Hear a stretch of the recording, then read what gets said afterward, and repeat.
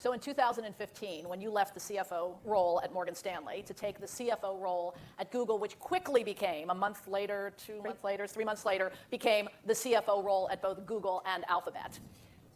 Was there mud on the windshield at Google and Alphabet? And what was the toughest choice that you made and made your mark on?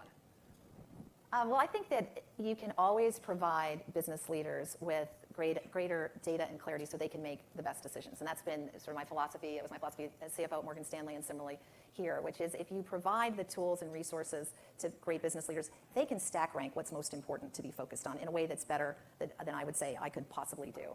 And one of the first things that I wanted to do, or did do, was take what in the tech world was excluded from the way people looked at the resources invested in their business, namely stock-based compensation, was excluded from your income statement. Said, no, that is a real cost of doing business. And it probably seems really obvious to a lot of people, but historically that wasn't the way it was really done.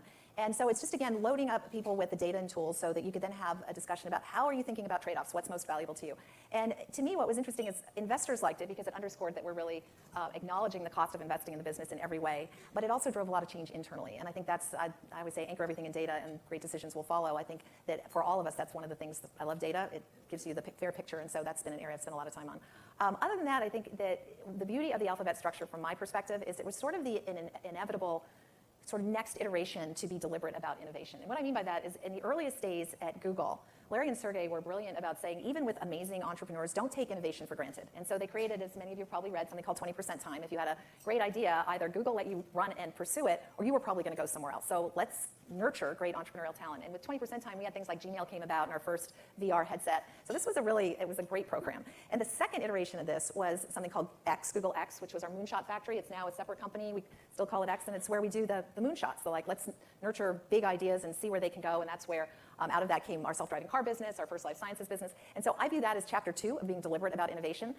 Alphabet, I view as chapter 3. It was let's get everyone to focus within Google on Google. There are a lot of really big opportunities there, and then which is the online services business essentially. It's that whole family of things. Hopefully, you are using many times every day: Gmail and YouTube and Maps and everything around it.